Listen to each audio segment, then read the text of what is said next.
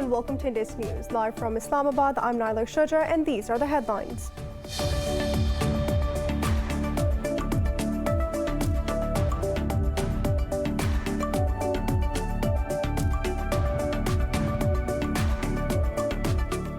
Pakistan has warned against peace spoilers within and outside Afghanistan that have benefited from the war economy. Addressing the Pakistan-Afghanistan Track 2 dialogue in Islamabad, Foreign Minister Shah Mahmood Qureshi said the Afghan issue can only be resolved through dialogue as war and reconciliation cannot go together. He added there is limited window of opportunity for the lasting peace in Afghanistan and its leadership must seize this opportunity.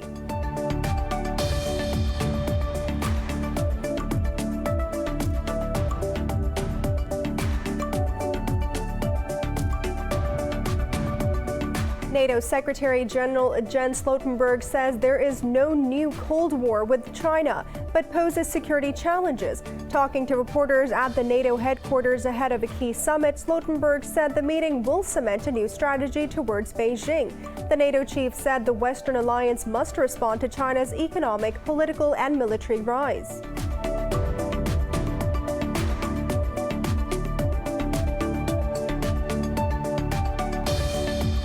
In Myanmar, the trial of ousted leader Aung San Suu Kyi gets underway 4 months after a military coup. She faces charges of corruption, owning unlicensed walkie-talkies, and violating COVID-19 restrictions. Human rights groups condemned the trial, describing it as an attempt to stop her running in future elections.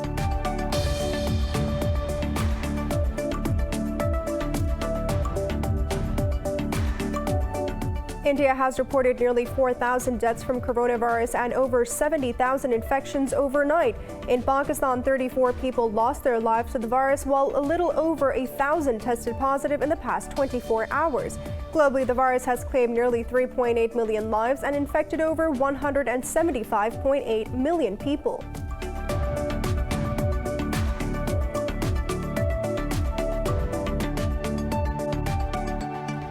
For more news and details, stay tuned. We'll be right back after a short break.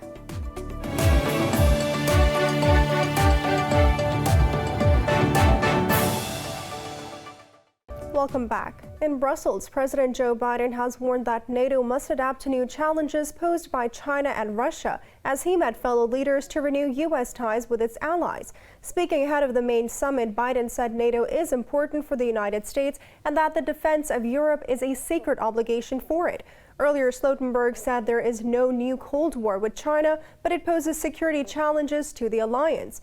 NATO leaders are due to agree on a statement stressing common ground on Afghan withdrawal. Climate change and cybersecurity will also be on the agenda. The summit comes a day after the group of 7 rich nations scolded China over alleged human rights abuses. In response, China accused the G7 of rumors and baseless accusations. Pakistan has warned against peace spoilers within and outside Afghanistan that have benefited from the war economy.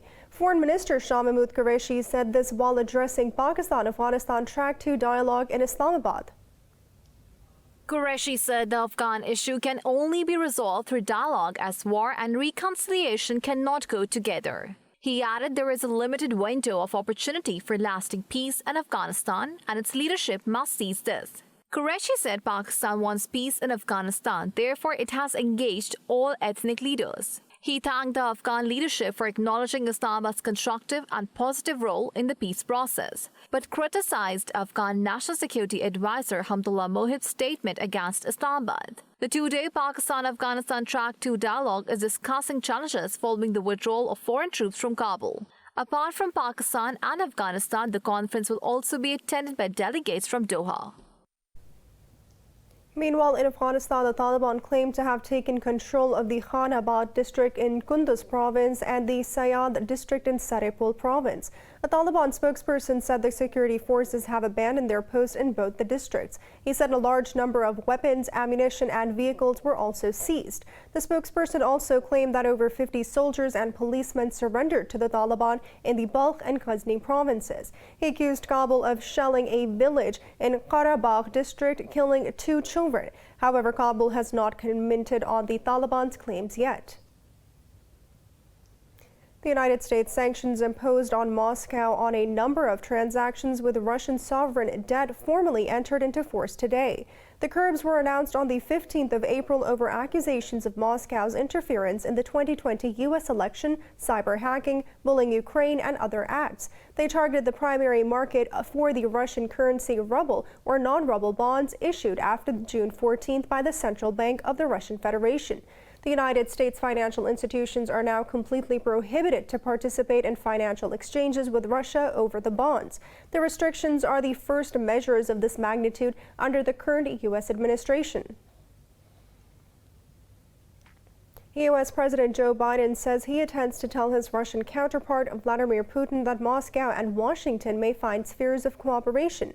Secretary of State Antony Blinken made the remarks in an interview ahead of the summit of Biden and Putin on the 16th of June in Geneva. Blinken said that the president will reiterate U.S.'s desire for more predictable relations with Russia. The Secretary of State said there are areas where it is in the two countries' interest to cooperate. However, Washington will respond forcefully to Moscow's reckless and aggressive actions. The top U.S. diplomat said the United States will see if Russia makes good on any commitments it makes. He said the reinvigorative American leadership will bring world's democracies together in common cause and purpose. In Myanmar, the trial of ousted leader Aung San Suu Kyi gets underway 4 months after a military coup. She is charged with owning unlicensed walkie-talkies and violating COVID-19 restrictions and allegations of corruption. Human rights groups condemned the trial, describing it as an attempt to stop her running in the future elections. Suu Kyi faces another trial over sedition charges, which will be held on the 15th of June. The military has justified seizing power in February by alleged voter fraud in general elections held last year. The coup triggered widespread demonstrations across the country, which resulted in the deaths of more than 800 people by the security forces. Israel's parliament has approved a new unity government, ending Prime Minister Benjamin Netanyahu's record 12-year-long tenure. Ultranationalist approved a new unity government, ending Prime Minister Benjamin Netanyahu's record 12-year-long tenure. Under a deal, ultra-nationalist Bennett will head the new cabinet for a little over 2 years before his centrist ally Yair Lapid takes over. They will head a government of parties from across the political spectrum, including for the first time one that represents a minority comprising of Palestinian citizens. Netanyahu failed to form a government after Israel's March 23rd election, its fourth in 2 years. Addressing the parliament, 71-year-old Netanyahu said he would be back sooner than expected.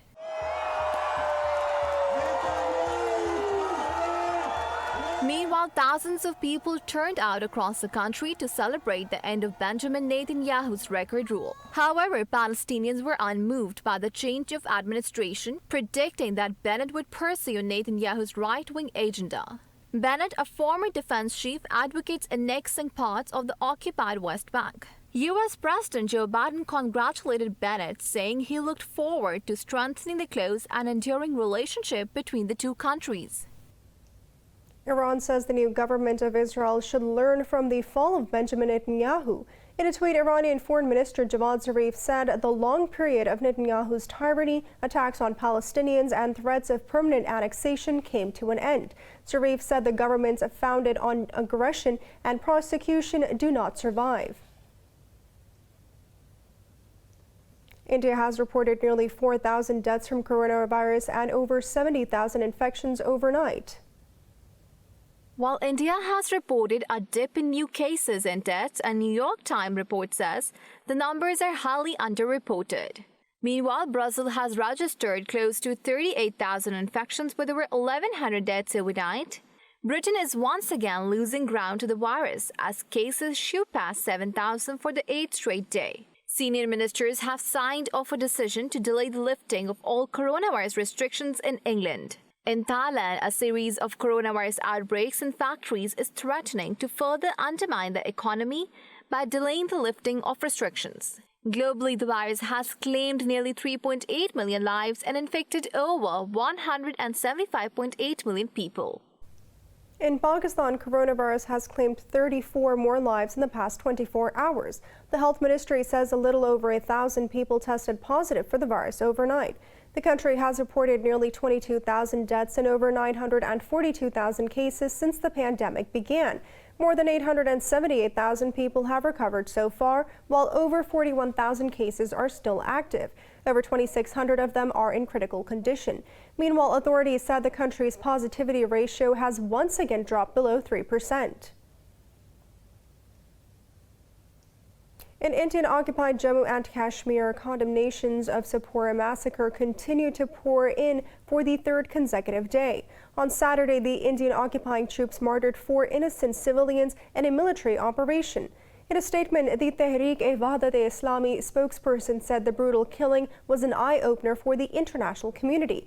He appealed to the United Nations to take notice of the ongoing Indian war crimes in the territory. The Jammu and Kashmir Freedom Front also condemned the continued unlawful detention of the Hurriyat leaders and activists. It's now time for a short break. Stay with us.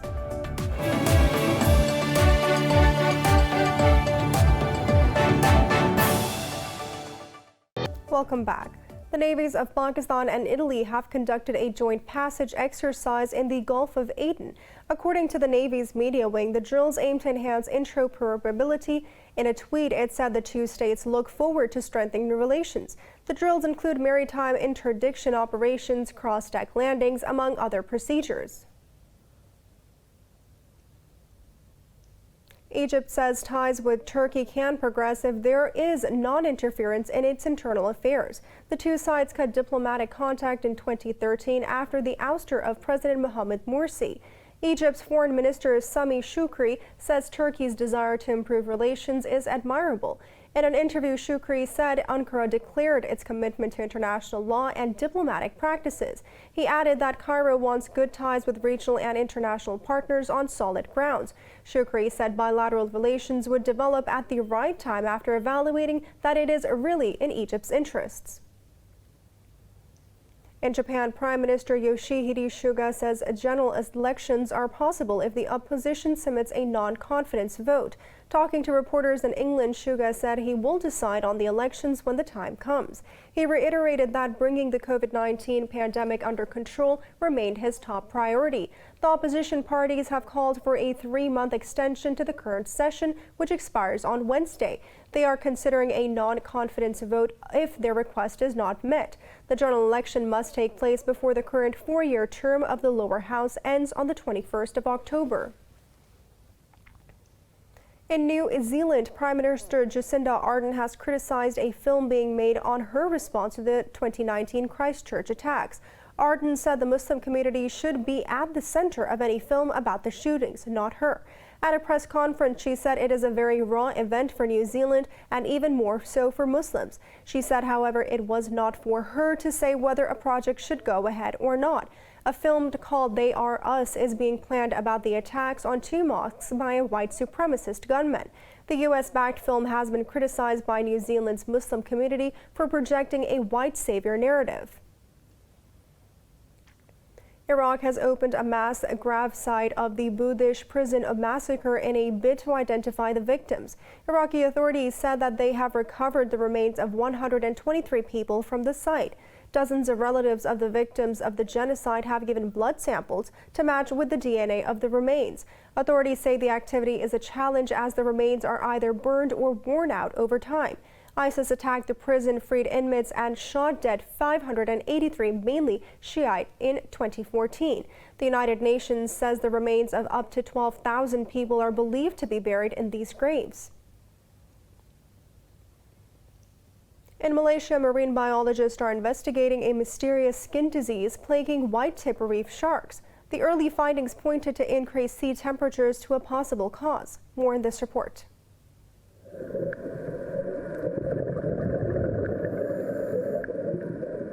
A picture taken by an underwater photographer of Borneo Island showed spots and lesions on a reef shark's head. The government and conservation experts also witnessed the disease in various shark groups. The experts see rising sea temperature behind the disease. The team found the rise in sea surface temperature to 29.5 degrees Celsius, a degree higher than in 1985. We can almost certainly paint the warming oceans as having a role in what we are seeing with the sickly sharks in Sipadan. And for Sipadan case, this is more so in the absence of any clear direct human factors which we are aware of. Because for instance, as Sipadan is a fully marine protected area, any form of fishing is prohibited. Mohammed Sharif, a professor in aquatic veterinary studies at University Patra, said the reported sightings coincide with reports of coral bleaching in the area. Professor said we must not ignore things happening in the area. We can see that a lot of people are still not convinced that climate change is an issue. Many think that is a made-up story by scientists, but looking at the changes in temperatures, coral bleaching, and so on, I mean, we cannot ignore that things are happening there. Changes are happening there due to higher temperatures. However, a comprehensive scientific investigation is incomplete, as in May, efforts failed to capture sharks to secure a sample for testing. Meanwhile, a team of experts has planned to make another attempt in the coming months.